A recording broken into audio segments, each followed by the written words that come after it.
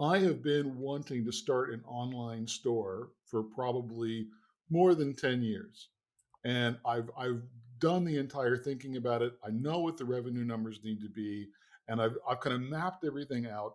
And there are tons and tons of these kind of marketing projects that are out there that can do this, but it's all about finding the exact right product. And that's the part that always seems to be the essence of, if you don't get that right, nothing else will work right. And you talk about the very beginning of your book about setting goals. And if you're 40 and you want to be a professional rugby player, it's probably not a realistic goal, you know. And there are a few other examples. I won't reveal them all because we want our listeners to read your book. Um, but how do you get yourself grounded in reality and still thinking big? I think that's the key. It again comes back to the small steps. So I think it needs to be when you think big. The second part, they put the think big in big font, which is really important because it probably helps sell books because it's a really cool cover. But when you think big, identifying the small steps that allow you get to that goal is really, really important. And of course, if you're 40 and you want to be a professional rugby player, you'll fast discover that there aren't small steps that will actually get there. Lucky for you with the online store, you probably will get there, right? So it's a matter of identifying the product.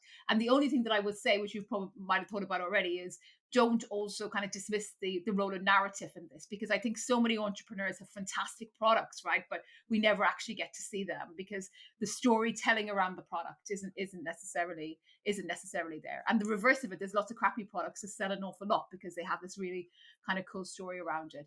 But it's about identifying the small steps and really being ambitious. And I think the other part of it is kind of maybe there's some people who've plateaued for a number of years and they have this big thinking goal that feels very far out of reach. But maybe you can get small steps and it just will take a bit longer. It might take you 5 years, but so what? I think we can do huge changes in our lives in 5 years. And by the way, I've committed on another podcast that I did to start a business at 45. So I think I have 5 years now to actually think about the product that you're puzzling over at the moment. But identifying those small steps is really worth the thought, actually. That construction phase is very important.